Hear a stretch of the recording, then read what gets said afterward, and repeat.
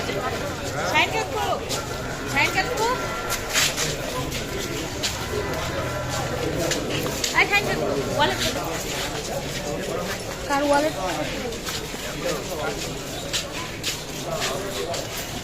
তাহলে কখন দুইটা চেয়ার নেই ভাইয়ার জন্য আপাতত দুইটা চেয়ার মামা দুইটা চেয়ার দুইটা আসলে দুইটা চেয়ার